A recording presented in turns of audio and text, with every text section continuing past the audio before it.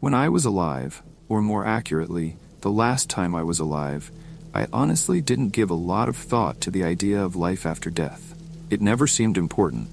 When you're young, and your whole life's ahead of you, death and its possible consequences seem so distant as to not even be a blip on the radar. Now I know better. I know for certain that what awaits me in this life and what will probably follow me into the next terrifies me. As the title of my story suggests, yes, I was reincarnated. And I'm writing this here because I truly can't think of anywhere else to put it where someone in a similar situation as myself might see it. I'm not even sure what this is supposed to be. A warning? An SOS, maybe? As badly as I want to call the police, or anyone else for that matter, it would be useless. No one would believe me, and hell, there's just not enough time. Let's go back to my previous life, or, I guess, my previous death, so I can explain. In my last life, I was a teacher named Daniel, living in Hong Kong. After getting my degree in the US, I decided to spend some time teaching English in China, to get some experience in the world before I settled down as a high school lit teacher. While other people have the money to take a gap year or travel the world after college, I didn't. So I figured seeing a new country while also making some money would be the perfect compromise. Up until the very last minute, I loved China, the bustling streets, the exotic food, exotic to me anyway, and the nightlife were enchanting. The only unfortunate thing that happened in China, well, besides dying, was this girl I dated for a while, Jingshu, ended up suddenly calling our relationship off. I came to find out she had met and began dating another teacher from the same school I taught at, conspicuously soon after our breakup. We weren't head over heels in love or anything, not yet at least, but I had been holding out hope for something more. It happened a week after Jingshu and I split on what felt like a completely ordinary Tuesday. It's strange just how normal the day seemed. Shouldn't there be some kind of premonition, or maybe a sixth sense that today's the day you're going to die? Anyway, I woke up around 7, got ready, grabbed my bike off the wall hooks, and took the elevator down to street level where I started on my usual route to work. Now, normally I was extremely attentive when on my bike. Hong Kong was great, but as with any big city, some people tend to drive like they're in a video game. So you have to keep on your toes. And I got really good at ignoring all kinds of distractions. But that day, something ripped my attention away from the route, and I couldn't help it. I looked. I swear to God I took my eyes off the road for a split second. Then when I turned my head back, boom, lights out. What distracted me was seeing Jingshu and her new boyfriend walking casually on the sidewalk in the same direction I was riding towards the school.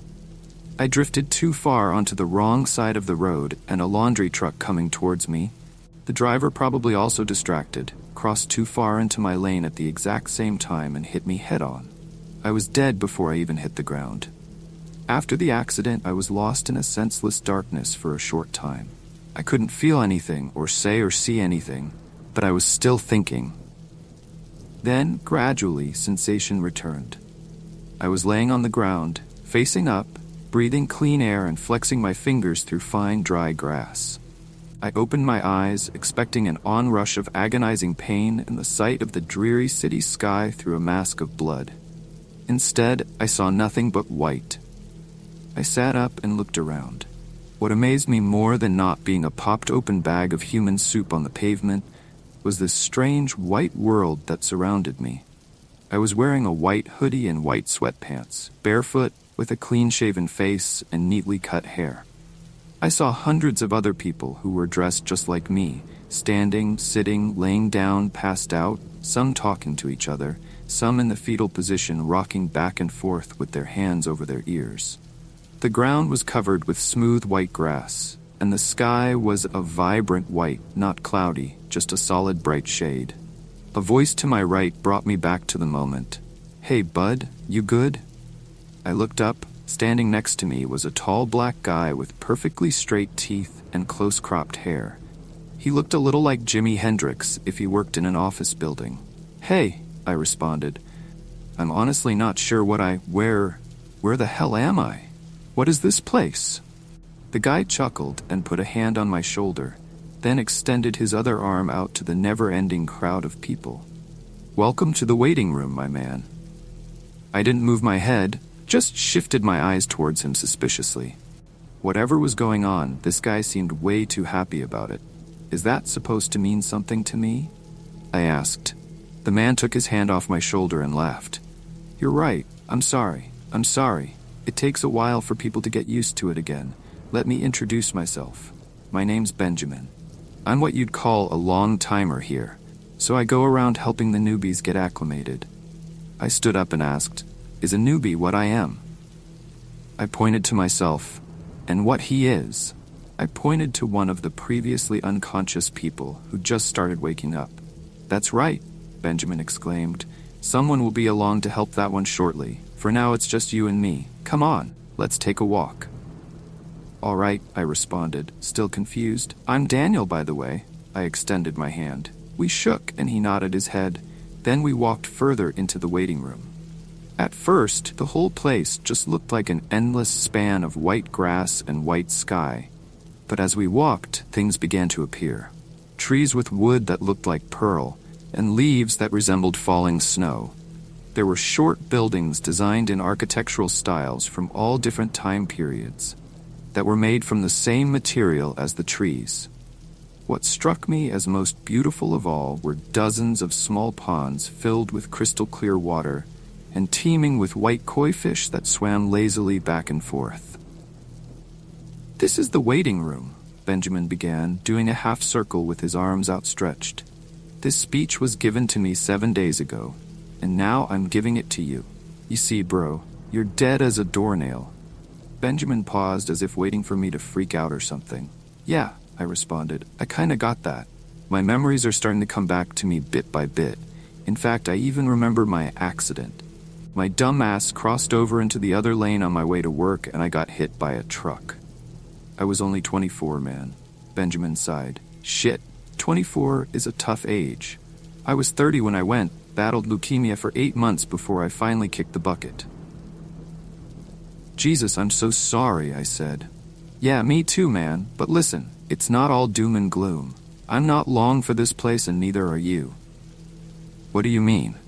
Look, Benjamin pointed down towards one of the nearby koi ponds where I could see my reflection in it like a mirror. This isn't the only you, Daniel. Remember, think hard and try to remember not just your life as Daniel, but all the lives before that. Before he had even finished his sentence, I was held fast by my own reflection. It changed. I wasn't Daniel anymore. My reflection had transformed to that of an old Hungarian man with a beard and bald head. In that life, I died at the age of 80 by falling off a cliff. It changed again. Now I was an African woman who died in childbirth when she was 19. Another change. I was in my mid-30s in a French military outfit from WWY. I was killed by gunfire at the Battle of the Somme. More faces appeared, more changes, more lives, more deaths. It went on and on, back further and further in time, until I had to shake my head free of the water's trance, falling backwards onto my ass. Benjamin cackled. You took that pretty well, bro. Some people puke when it happens for the first time after they get back. I nearly shit my pants when all that craziness went blasting through my head a week ago. I sat up straight, looking at the water's surface. That was me? Benjamin nodded. I remember everything. All the lives, all the times I died. I remember. I stopped talking and looked back into the memory of one of my past lives. There was something there that I didn't want to see, something I didn't want to remember, something bad. For a split second I thought he had seen it too, and was about to get up and run, or beat the shit out of me or something. But since I didn't see his reflection change, that must mean he couldn't have seen mine, right?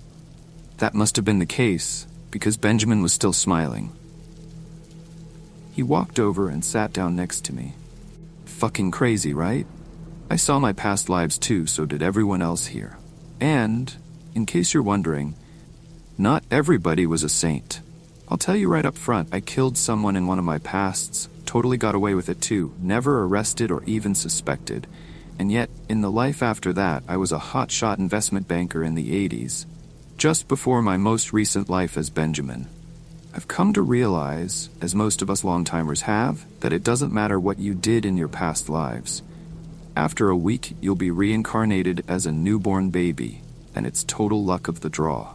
So wait a minute, I responded. You're saying that someone horrible like Hitler could have just been reincarnated as like, what, a fucking trust fund baby in Sweden or something? No hell.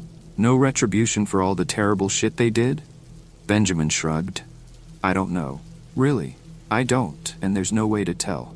It's impossible to see other people's reflections in past lives, so far as I can tell. But I like to think that maniacs like Hitler didn't get the right to be reincarnated and are in hell. But shit, how do I know you weren't Ted Bundy or something? I laughed. Don't worry, I wasn't. Benjamin chuckled in answer. I believe you. I know this is a lot to take in, and it'll be confusing as hell until all your memories come back, but I'm glad you're taking it so well. Some people go the entire week thinking this is all a dream till they start over again in the real world and don't remember a thing. So, after a week, I'll be completely reborn and not remember this? That's right. I won't remember anything until the next time I come here. Bingo. Why a week? I asked. How do we even know it's a week anyway? And who's doing all of this? God. Couldn't answer any of those if I wanted to. Could be the fucking flying spaghetti monster for all I know. I'm only certain that I was told and shown everything you've been told and shown. And here we are. You'll remember everything in a few days. Everybody does. Benjamin replied. We sat there for a few minutes. I could tell Benjamin was giving me time to let it all sink in. I appreciated that. It really was all insane, but I figured if I was going to believe some of it, I might as well believe all of it. I turned to Benjamin to thank him for everything, but he was gone. Long-timer? I whispered to myself. 7 days? Oh shit. Benjamin had been reincarnated into his next life. I stood up and reflected on all my past lives and tried desperately not to think about one in particular. That thing, what I had done, I had to try and forget. Then the nearby sound of heavy breathing pulled me back to reality. I looked to my left, and there was a teenage Hispanic girl looking around frantically and starting to cry. I approached her with my hand out, like I was trying to calm an angry and unfamiliar puppy. Hey, are you okay? What? She screamed. Where am I? Who the fuck are you? What am I doing here? Hey, listen. It's okay. Look, I know this is weird, but... I went to touch her shoulder and she jumped up like she had been electrocuted. The girl collided with someone standing behind her, then tried to run but bounced off the back of another person. The girl landed hard and pulled her knees to her chest, crying in earnest, and buried her head in her folded arms. Jesus, I thought. How was Benjamin so good at this? Then I remembered what he had done, how he had addressed the situation. He smiled. Benjamin treated me as if I were his friend. He was quiet and patient, but most importantly, he smiled. I knelt next to the girl and spoke softly, smiling this time. You're okay. I promise you're okay. Can you look up at me? The girl peeked from under the protection of her crossed arms, tears rolling down her cheeks. Let's start over, okay? I'm Daniel. Welcome to the waiting room. I spent the next 6 days helping the newbies acclimate to the waiting room. Some cases were harder than others. The first girl, her name had been Vanessa, was a tough one, and tougher ones were to follow. But after a while, I learned how to make transitions smooth for even the worst freakouts. I guided them, showed them their reflections, and talked. From what I can remember about the other times I came to the waiting room, I can't recall ever feeling as much joy onboarding the newbies as I did right after my life as Daniel. It was the most fulfilled I can ever remember being. For 6 days. Then on the 7th day, Benjamin came back. It was my last day in the waiting room, and I greeted lots of people and even saw Vanessa for a few minutes while she was waiting for a newbie to wake up. There was a mood in the air that day. It felt like everyone was happy and smiling at me because they knew I was about to leave and start a brand new life. That feeling evaporated when I felt a hand grab my shoulder, hard, and heard a rough voice say, Daniel, as the person spun me around to look at them. He was a tall, Russian man with a mustache and disheveled black hair. "Daniel. Oh, thank God I caught you in time." Hi friend," I said. Do I know you from somewhere?" "Yes, you— Oh fuck," the man said. "I look completely fucking different. Daniel, it's me, Benjamin." My jaw went slack. I had no idea how this person knew who Benjamin was. It must have been a prank. Other people had met Benjamin. Sure they had, and some of them are probably still here, I bet. "Look man, I'm not sure who put you up to this, but either way, prank's over. You definitely scared the shit out of me. I'm Dan." "Would you shut the fuck up?" he yelled. "I'm Benjamin. Here, look." The man nearly dragged me over to one of the reflecting pools. I looked down at the reflection, but the man wasn't looking back into the pool with me. He had his eyes closed, and I still only saw the tall, thin white guy. Then, it happened. His reflection changed. It changed to Benjamin for a second, the Benjamin I had met 7 days ago. Then it shifted to the investment banker he had mentioned. Before that, he was a farmer from the Middle East. Then it was just a small child, a kid who died way too young. It changed again and again and again. My brain felt like it was going to explode. I reared back, breaking the reflection's hold over me, and grabbed my temples as I fell to the ground. All those lives Benjamin had lived were flashing before my eyes. I was absorbing them, living them as I had relived my own when I looked into the pool for the first time. The difference was, when I remembered my own lives, it felt natural, like slipping beneath a warm, familiar blanket. This, on the other hand, felt like stepping into an Iron Maiden and having someone slam the door closed as hard as they could. "See!" Benjamin shouted. "You see!" "Ah, fuck!" I screamed, still writhing on the ground. "Fuck, it hurts. We aren't supposed to see. We aren't supposed to see each other's past." Benjamin was crying now and shaking me to snap out of it. "I know, man. I know. Listen, what you saw in there, it wasn't me. Not the me you met. I pulled away from him, remembering what I had seen in his reflection. That murder, the murder you committed in your past life, Benjamin. Jesus Christ, why? God damn it, that was a kid. She didn't deserve to die like that. What the fuck is wrong with you?" Benjamin screamed. "I'm sorry, Daniel. Please. It wasn't me. Not the real me, I swear." Then a far-off commotion drew our attention to a reflecting pool a few yards away.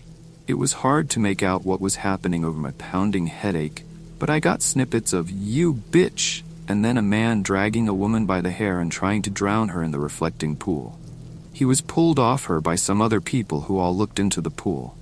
But now, instead of looking straight down into the water at their own reflections, their gazes were shifted slightly to see the persons next to them. Each one pulled back and clutched their heads in agony. "It's spreading," whispered Benjamin. "Daniel, listen. Please listen." "No, fuck no, I won't listen," I replied. "How are you even here anyway? It's only been a week, why are you in that body?" "I don't know, bro, fuck, that's one of the things I needed to tell you.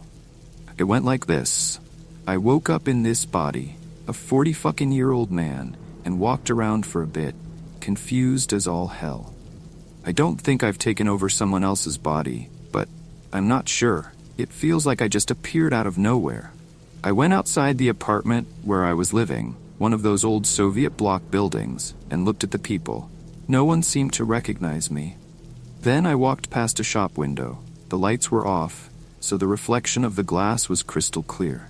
Daniel? It's not everyone, it's not all human beings who are reincarnated. A couple of people, 2 at the most, walked by the window and I saw their past lives in the reflection.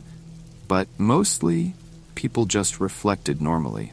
I thought everybody was like us, but I guess not. Or maybe all those people whose pasts I couldn't see are on their first go-around. Shit, I don't know. What I think is this. I think something went wrong. Someone in charge of all this glitched the fucking system or something, and now everything's gone to shit. This is bad, man. This is so bad. Some self-righteous part of me wanted to beat the shit out of him for what he did to that little girl in his past life, for the innocence he had taken and how he was never even caught, and after, how he did it over and over again. However, that part was shut up quickly by IT. that thing I don't want to remember about my own past. It told me that I had no right to judge Benjamin. He and I are not the same. Far from it. But still, I looked at him. It was hard to believe that he was telling the truth, but his being here was proof, sure. Only a trace of it, but proof all the same, and I couldn't deny it. "You killed yourself," I said. "Yeah. You killed yourself so you could come here to warn me." "Yes." I took a deep breath in and let it out, trying to calm down. "It's gonna be all right, man," I said. "I don't know how, but everything is gonna be all right. I stopped, past Benjamin's shoulder where chaos was erupting, and people in white clothes were fighting and ripping one another apart. Was a man standing stock still. He had his head down, but his eyes were looking up directly at me. He was slightly overweight with a small paunch, thinning brown hair, and a slack-jawed expression.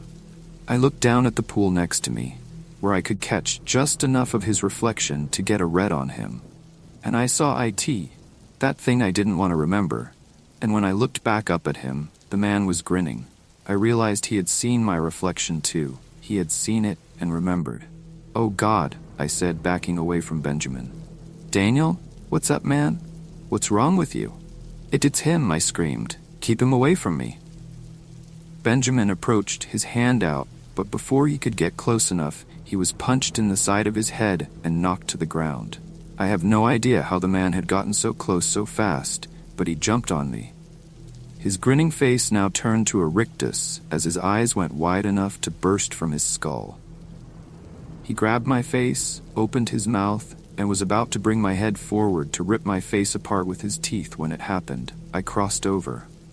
I was back in the real world.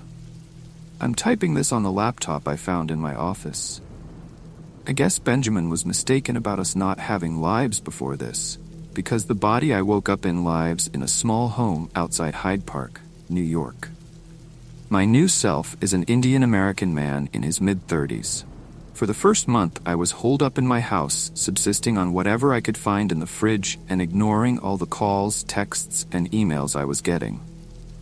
Thank God this new self isn't married and has no kids. Not sure how I'd deal with that kind of situation. Honestly, as far as new lives go, this one seemed like it was faring pretty well. Though, I would have liked to have enjoyed the first 30-something years of it. Now, I have come to the part of my story where I need to tell you why I'm bothering to write it down in the first place. I'm writing this because of the sound. You see, all that food in the fridge couldn't last forever. I had to go out at some point to survive. I got in my car and drove to the nearest grocery store. I picked out some quick items and got home as fast as possible. After that first time, it got easier. I slowly acclimated to the new life and frequently went out to test the waters by getting my hair cut, getting an oil change in my car, even going to the gym. I saw some people's reflections, and yes, I did see their past lives, but I didn't see anyone freaking out like I did when I saw Benjamin's reflection. If anyone could see mine, they kept it well hidden. But there were still so many questions I couldn't ask anyone about. Did people living their reincarnated lives when all this happened gain the ability to see their past lives, or even other people's, without returning to the waiting room? Are there really so few of us that out of hundreds of different reflections passing by at any given moment, I'm only able to pick out one or two who show they have been reincarnated? After a few months of living my new life and getting accustomed to my home, job, town, etc., I decided to let it go. There were no answers to the mysteries, and I needed to put them away so I could move on. Until I saw him again. I was getting gas on my way home from work one day, just standing outside my Honda, and the smell of gasoline mixing with cut grass in the late afternoon air made me lean my head back and breathe deeply for what seemed like the first time in forever.